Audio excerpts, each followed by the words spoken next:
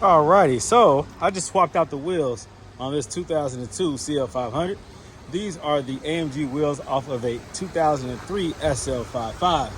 So I want to let you guys know the offset, how it sits.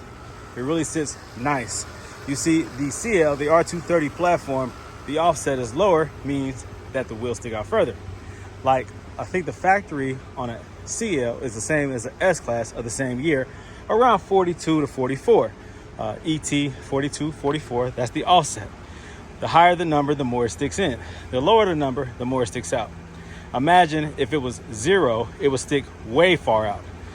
These are probably like 28 to 32s or 33s, probably 33s. So they poke out almost 10 millimeters more than the factory CL wheels. I took off the Brabus chrome wheels. I don't like chrome, so I took those off and I put these on there temporarily.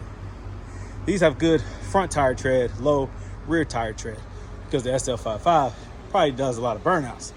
This actually came off of my personal black SL55, but I have a lot of wheels, a lot of factory Mercedes OEM wheels. So I wanted to see what these look like. Plus, I'm selling the chrome ones today, the Brabus style that were originally on actually my CL600, 2005 CL600. I had those on this 2002 CL500. I like these much better. I like how they stick out much better. It feels the wheel well pretty nice.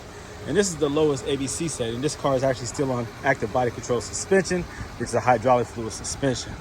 Look at how the wheels sit. Very nice, man. I love that. They don't tuck in, they sit right there at the fender. I love that.